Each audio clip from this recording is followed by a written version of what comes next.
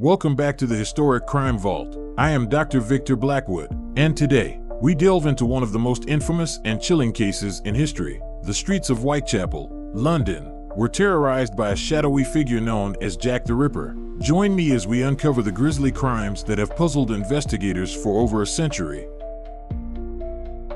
The year was 1888. The East End of London was a place of poverty and despair, where the shadows seemed to hide countless secrets. It was in this grim setting that Jack the Ripper emerged, leaving a trail of fear and bloodshed. The murders attributed to him were brutal and methodical, marking him as one of history's most notorious killers.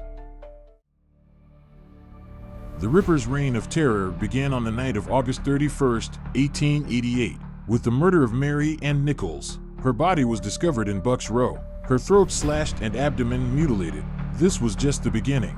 The second victim, Annie Chapman, was found on September 8, 1888, in Hanbury Street. Like Nichols, Chapman's throat was cut, and her body horrifically mutilated. The precision of the mutilations suggested a level of anatomical knowledge, possibly pointing to someone with medical training.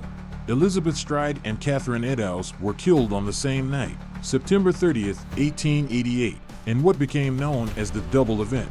Stride's body was found in Dutfield's yard, her throat deeply slashed but otherwise untouched, suggesting the Ripper was interrupted. Eddowes was discovered in Mitre Square, with severe mutilations similar to the previous victims.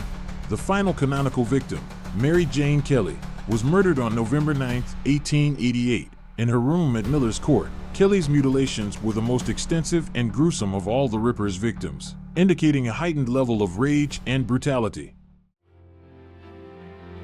The identity of Jack the Ripper has been the subject of countless theories and speculations. Was he a doctor, an immigrant, or a member of the upper class? The letters purportedly sent by the Ripper to the police and newspapers, including the infamous Dear Boss letter, add layers of intrigue and confusion.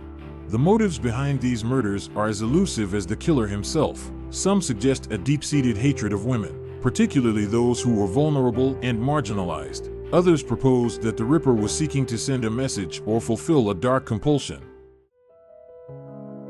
Despite numerous investigations, both contemporary and modern, the true identity of Jack the Ripper remains a mystery. His crimes left a lasting impact on society, changing how the public perceived crime and the role of the police. The legend of Jack the Ripper continues to fascinate and horrify, a dark chapter in the annals of history that reminds us of the depths of human depravity. As we close this case, remember that the shadows of the past often hold more questions than answers. Thank you for joining me on this journey into the heart of one of history's most notorious crimes. If you enjoyed this episode, please subscribe to the Historic Crime Vault, leave a comment with your thoughts and theories, and stay tuned for more explorations into the darker chapters of our past. Until next time, stay curious, stay vigilant, and keep exploring the past.